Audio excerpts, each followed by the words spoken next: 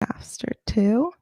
So that way we have the audio. So we are going live. So good morning, Good Elmer. morning, everyone. Good morning, Val. How are you? Good. How has your week been so far since we last Uh, spoke last cafecito? it's training as usual. I am learning some new things. So I think my roommates like generally feel bad with like everything I'm going through with like not going through, but like helping people and they see like the stress I'm under. So they're always like, you got this. And they are always trying to like make me live in the moment when I get home. Yeah, so I'm learning. I started to learn how to skateboard yesterday. So one of my roommates like took me, and I'm just like, ooh.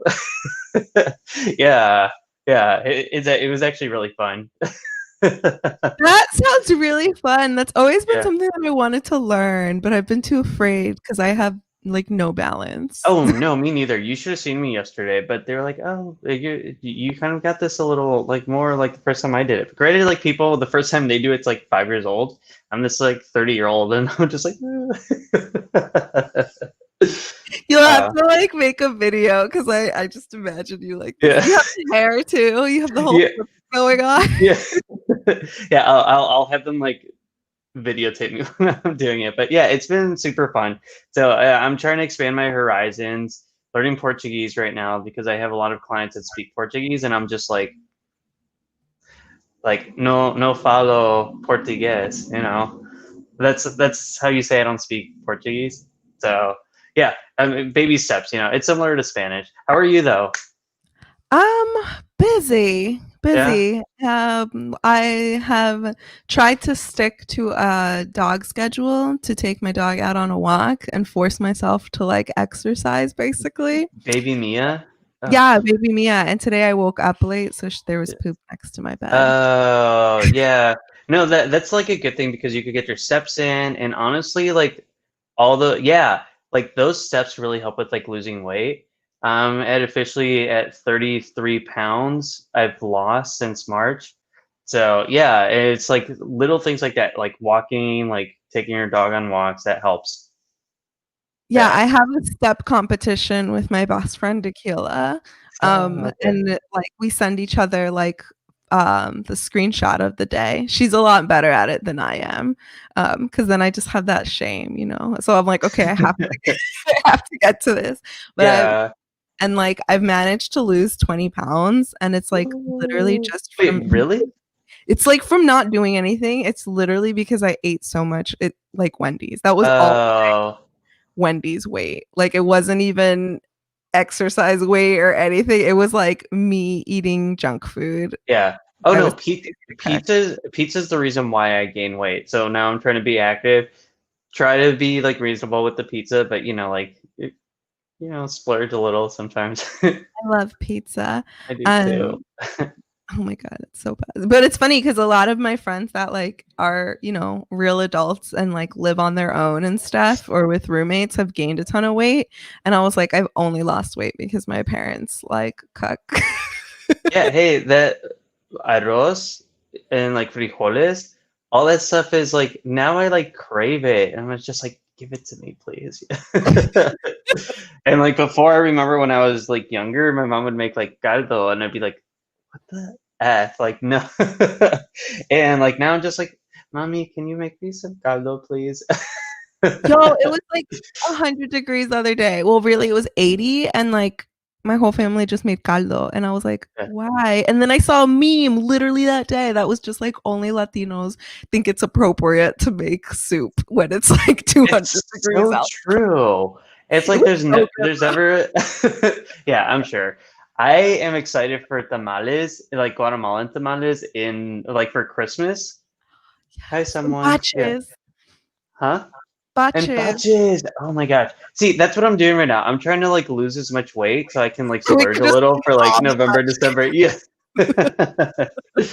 Yeah.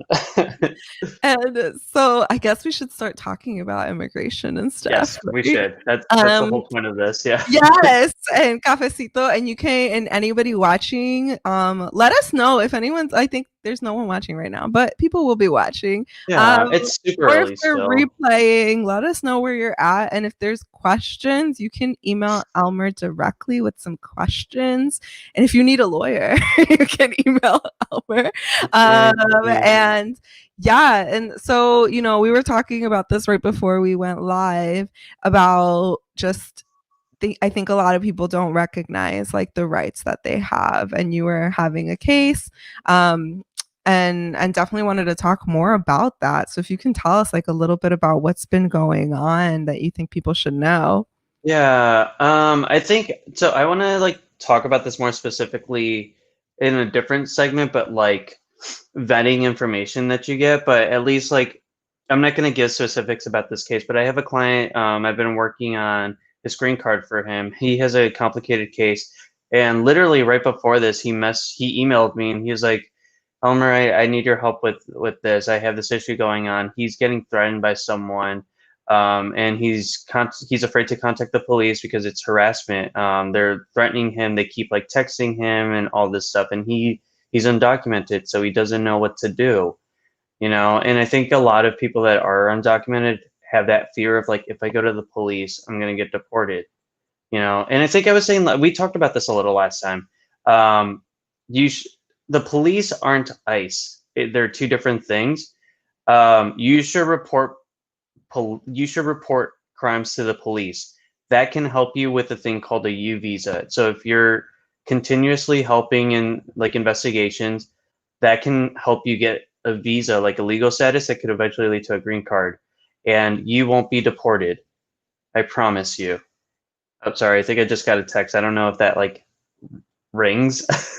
Okay. Um, yeah. So, what else do I do now? Well, you were saying that people shouldn't be afraid of reporting because that actually could help their case Hmm. in the long term, right? Yeah. um could you tell us a little bit, and I know we talked about this last week, could you tell us a little bit more about what a U visa is? Because I think a lot of people don't even realize what that there's different types of visas and stuff. Yeah. So maybe every week. I mean, we could talk about this after, but I could talk about like a new thing so people like are aware, because yeah, that's exactly what you're talking about, like knowing your rights and knowing what's out there to help you, because there's all these rules. And if you like come from like Guatemala, you don't I mean, first you don't know the language, and then you don't know what the immigration law is. I don't even know what the immigration law is because it's like changing every day. But like yeah, yeah. I'm um glad you added that disclaimer in that you're like, because it's changing every day. Because I was like, are you an immigration attorney? Yeah, it's literally this You're the one administration that's is on like top of it. You're like, this is the exactly. change. I need to know what's happening. And we were Yeah, talking about that. We're like, you never stop learning. exactly. And so it's like yeah, being in that like state of mind of like I'm gonna keep learning, it really like, especially with immigration, it just like kind of lets you just learn. It's like whatever. I knew this and now it's different. But anyways, U visas. U visas are a type of visa someone who's undocumented could apply for if they've been a victim of a crime. So victim of a crime is very, it's not a specific, it doesn't necessarily mean like you were the victim. Like you could be a witness to something and you could still qualify for a U visa, but you were like essentially a victim of a crime.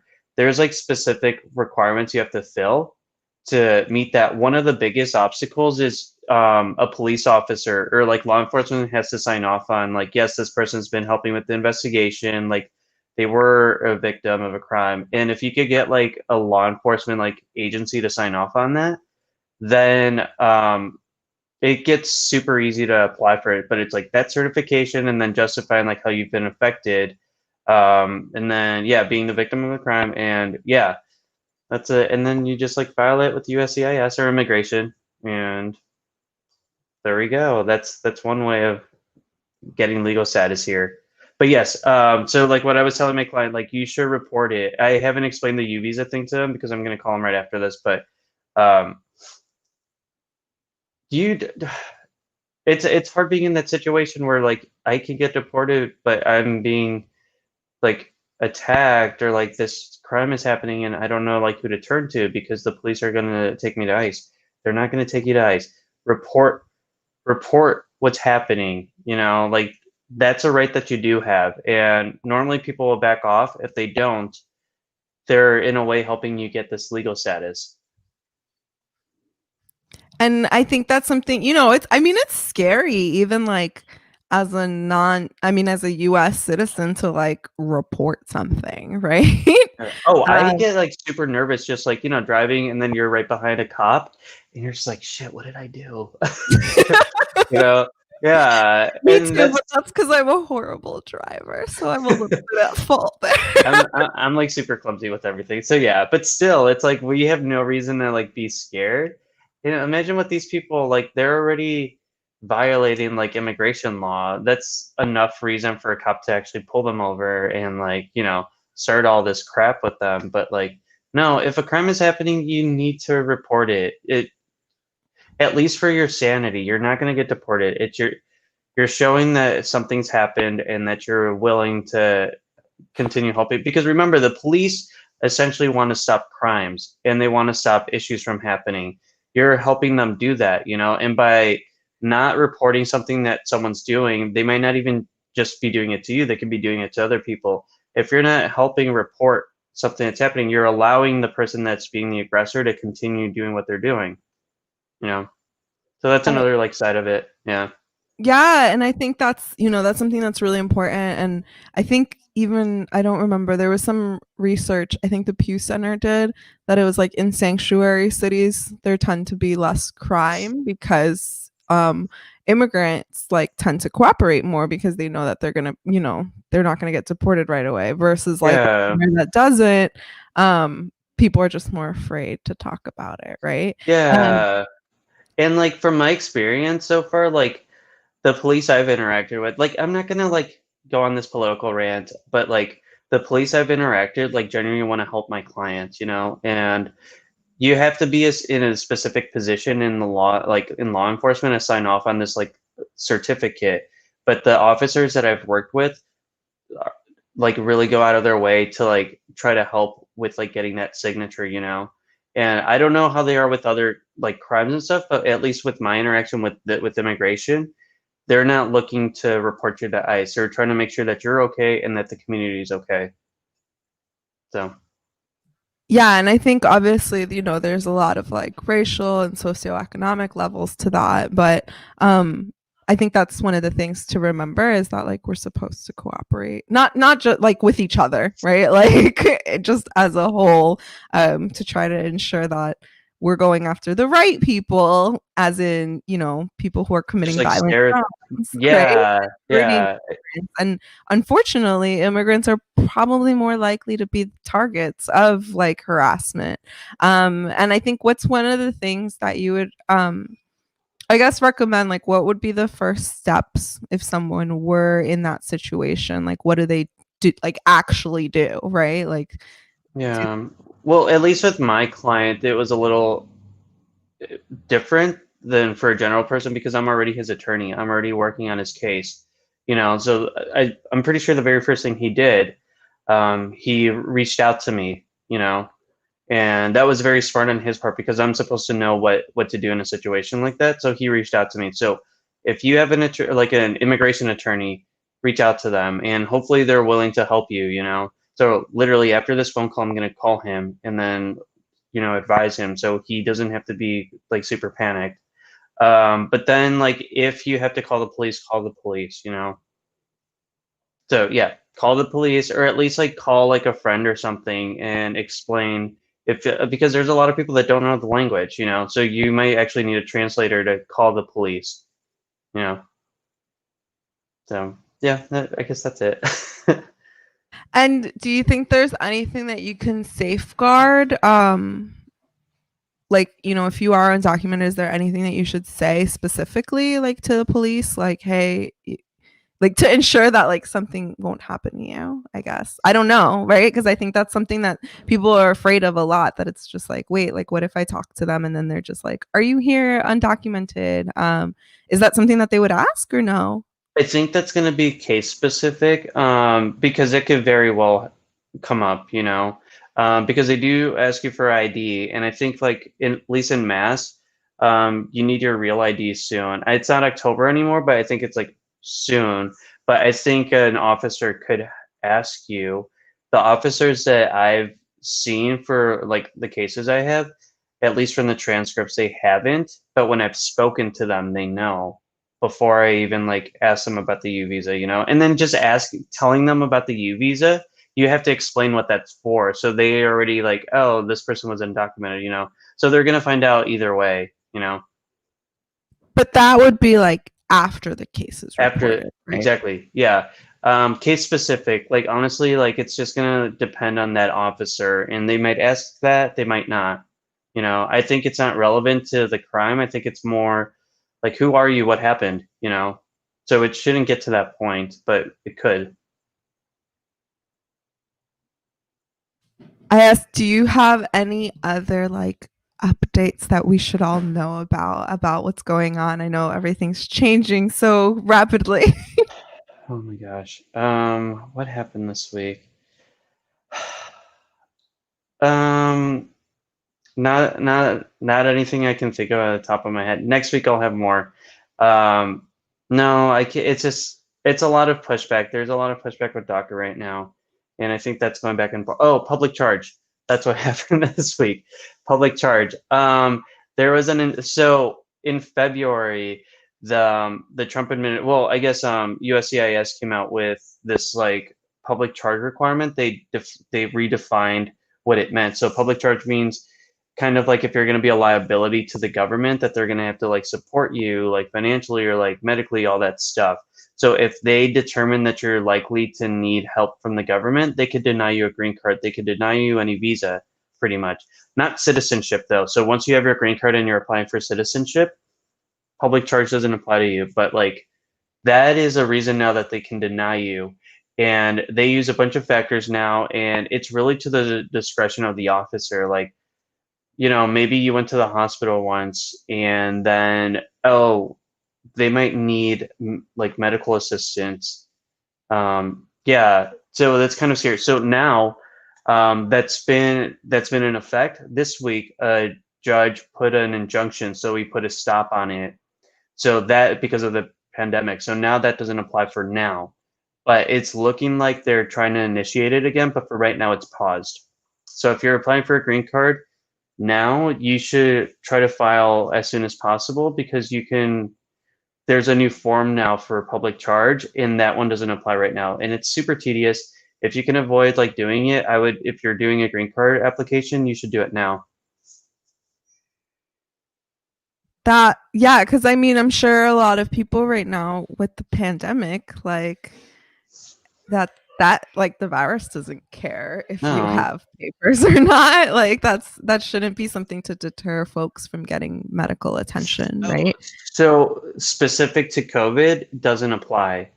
So if you need What to does get that mean? tested, so if like let's say you don't have insurance and you need to go get tested or you do have COVID and you have to go to the hospital, anything related to COVID, like getting treated and getting diagnosed, that doesn't apply for public charge.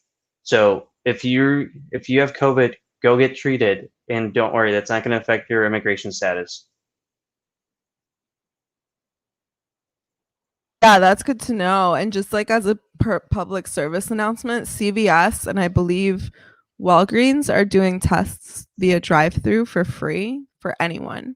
So like you don't have to have. Oh, I didn't know you could do drive-through. I went last week and I like Me got too. my shot. Yeah, we got our flu Yeah. shot. But Yeah. yeah, you can. I think the ones that are drive-through,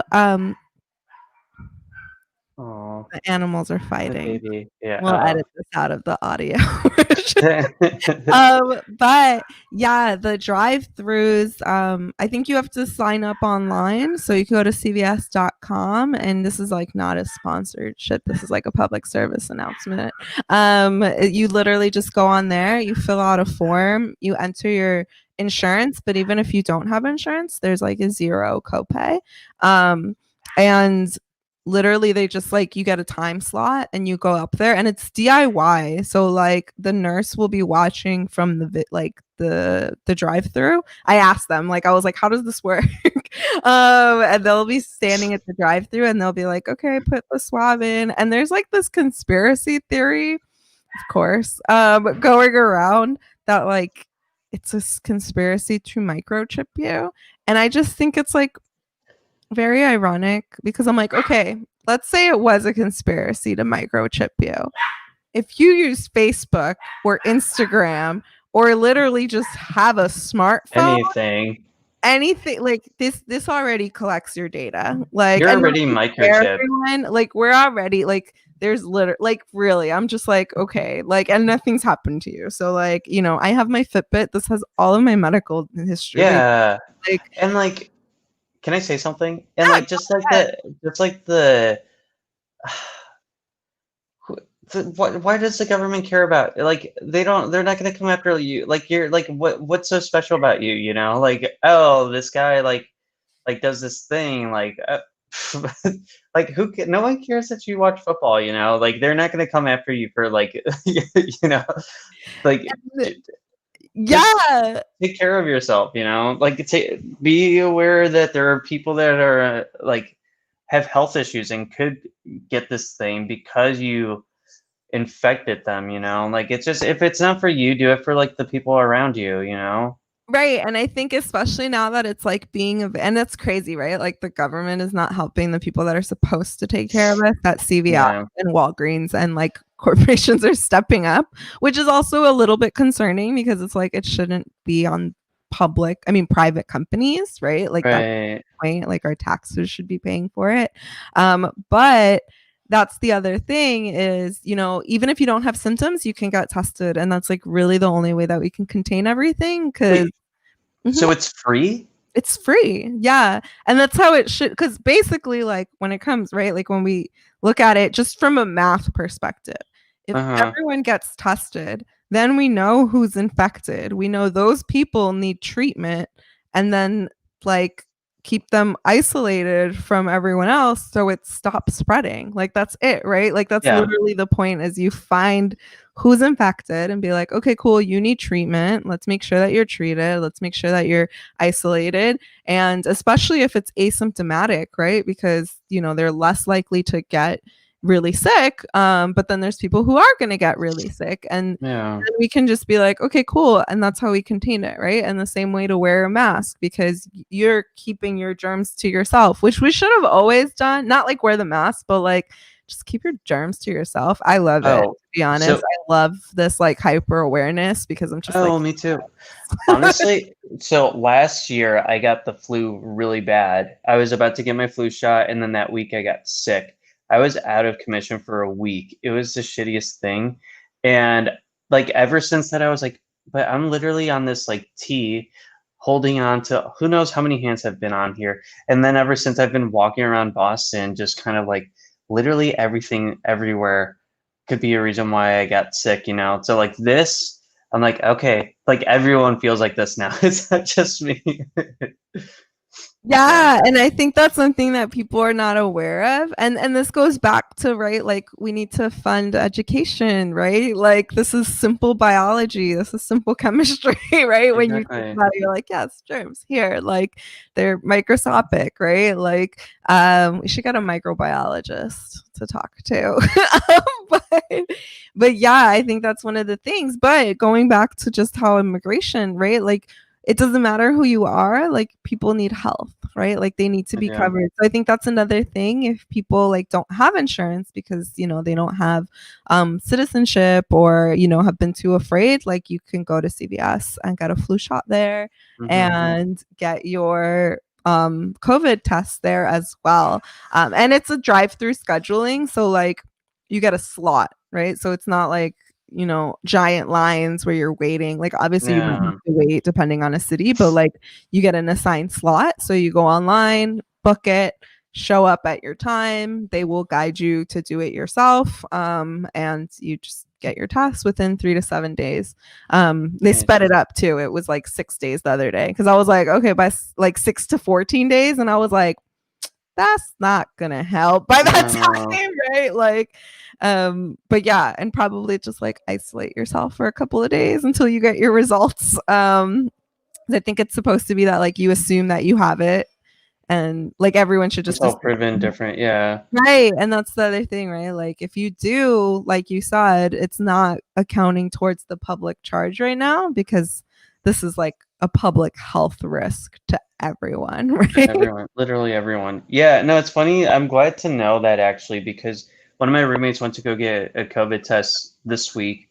He waited like 4 hours in a group of like a zillion people in a room, and he paid $160 for it. Oh Yeah. my goodness. And I'm So like, sure those probably might be a little bit quicker, but yeah. I mean, maybe even not. My sister got hers and it took her 3 weeks. So what's the point at that point? Because by that point, if you get sick, you know you have it. You know.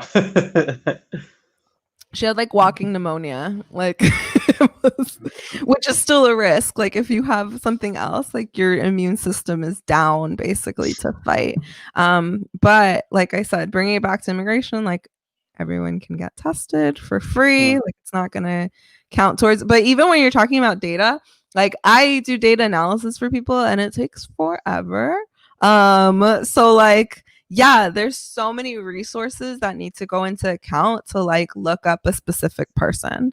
Like yeah. if you want to go into it, and like when it comes to internet data, like I think we do need to push for more regulation, like for more privacy protection and consumer like protection. But literally the only ones that really care about it right now are advertisers. That's what I do. Yeah. So And they just want you to buy things. They don't like care. They're just yeah, like, no, we want and you to but like use this. I do think like for people that are concerned, put that energy into like voting for your Congress people and the people that can, and also pushing them to push legislation that protects us. 'Cause Exactly. at the end of the day, it's all about policy, right? Yeah, but do you for so we have like 4 minutes. Do you have anything else? Yeah. Questions that you think that folks should have answered? Let me check if Well, there's anyone answered. yeah, if there's any questions, we can answer those. I did want to say something about vetting information in terms of Yes. immigration. Yeah. I guess I just want to talk about like, well, first of all, like if you don't like obviously like I'm here if someone wants to hire me as an attorney, but No. it's 2020. Like you can find a lot of information on the internet. You don't need an attorney, but an attorney would be good. Like for my client, he like now I can help him with whatever. But you can find the stuff online. Do you want to There's a vet lot of it? So how do yeah, you you vet want to it? vet it. Yeah, there's a lot of information that you hear like you hear all this stuff about asylum and then you don't really know the truth. I want to give an example of a thing called kai kai. So it's a lot what a lot of Brazilians do. They kai kai means like they like come through like a smuggling like across the border like someone smuggles them and it's they like justify the coming in because of their children. So sometimes like they're stopped by a police like a ICE or immigration like officer, and then because of their child, they're allowed to come into the US. So it's like this thing that they call kai kai, and they think that's a reason that they can get a green card. So there's a lot of misinformation in like Brazil, and I'm sure it applies here too. Having a child does not guarantee anything, So it's like I think if you're going to listen to information, you need to go online. You need to do your own research. If you're happy with what you find, go with it. But you should get an attorney, like an immigration attorney that could explain, like, no, like a child doesn't guarantee like any kind of like green card or citizenship. So like vet your information, like do your research, and reach out to like an attorney that can help. Yeah, and we could talk about more examples like next time too. Yeah, I think that'd be great. Yeah, because even like now that you mentioned that, when I was working in immigration, one of the issues that we would see is that misinformation, right? Especially like from like the coyotes would tell the kids just be like, "Oh, just go turn yourself in, and they'll hand you over to your parents," right? Mm. Kind of. And I was like, well, of course, the coyote. You have to think about like who's gonna benefit, and it's like, well, the coyotes they pay them like anywhere from like $5,000 to $10,000, It's a right? lot of money, and So sometimes much they're like, money. it's like, oh, Um, I did you didn't pay me. Like, there's like no proof that they did, so sometimes they have to pay again. Yeah, and that would happen, right? Like, and a lot of the people you're like, how do people get $10,000? I don't have extra $10,000. A lot of people put up their land, right? Especially indigenous folk, they'll like hand over the land. That's like a whole other issue, right? But or you know, like then there's just so much that happens with that. But a lot of that would be, you know, they would tell kids like, yeah, just go turn yourself in to the like the nice little like immigration folks. And it's like, of course, they're not gonna like, you know that like what happens next, right? It's like next you get put Oh, into like the hieleras, the detention centers, or a shelter, or you know your parents could be at risk too. So that's like a lot of things that end up happening, and then like don't tell them like, oh yeah, now you have what is it that happens? You know, you get put as iwi, and you also like now have to go through legal proceedings, right? Um, yeah. and that's like things that people don't realize, or they'll be like, oh yeah, like, you know, I came in with my kid, right? And there's just so much misinformation, and I think that's why you want to talk to a lawyer. And also, what's the other thing people don't realize, that like, because it's, and I'm sure you can talk to this more, because it's not a federal, well, it's not a federal crime, right? Like, what is it that, For what? well, because you're coming in, you know, without authorization, it's like, I know Immigration. immigration is a different type of law where you're not you're not guaranteed a lawyer. What is that it is? Well, immigration is federal law. Oh, okay. Yeah, that's why I can apply. That's why I can like practice in Florida. I can practice like Mhm. anywhere because immigration is federal. But you're Um, not guaranteed a lawyer, right? Like no. that's what people don't realize too. Like you're not, you know, you have to find a lawyer yourself. Unlike, I don't know what type of law, like what Oh, type like of, yeah, what is it that like you public know when, defenders, like for like yeah, crimes and stuff. that's what it is. That's Yeah, yeah. what I was looking for. Yeah. No, no, no. And there's a lot of like that brings up a good point. Like there's a lot of um, immigrants, lawyers who do pro bono work. So like you could get a free attorney. My law firm isn't in a position to do that right now. So everything I do, like someone has to pay something, but I try to be cheap with everything. But yeah, there are a lot of lawyers that are in a position where they can assist you that know Spanish, that know Portuguese, that know languages that can help you with your case. But yeah, I guess you're right. Like it's up to you to find someone. They'll provide you a resource that you can like reach out to someone, but you getting an attorney, you have to do that work. Right. And the only reason, I mean, me, I was at a legal aid before, and there's just like wait lists too. And so, yeah, but I think it's definitely like finding your resources, trying to find somebody. But I think this was very productive. We'll like expand This more. one, yeah, this one was good. Sorry, keep going. Yeah, No, we'll expand more. we're getting better at this. So Yeah, many warnings, and I'm gonna cut this up and I'm gonna put this everywhere. Um, yeah. and See, yeah, and if people have questions, I know it's a little bit earlier now, but we can like, you know. I'm sorry, guys. I would do it later, but like I have to work for my clients, and I want like a me day too. Yeah. But yeah, do you have anything else that we can wrap up, or where can people find No. you? So, you guys could email me at my law firm email. So it's elmer@brookslawfirm.com. So there it is. Or you can message me on my, what is it, handle for Instagram? Yeah. That Elmo guy. Yeah. I think they might actually be lowercase, but yes, Oh, so it I doesn't typed that wrong. matter. Yeah. It, Okay. Yeah. So that Elmo guy. So that's my handle. Or you can reach out to Val, and then she can like connect us. yeah, yeah. You can just DM Basic Browners, and we can just connect you. Yeah. Well, this was very productive. I hope you have a really awesome day. Thank you too. Thanks for making time for me.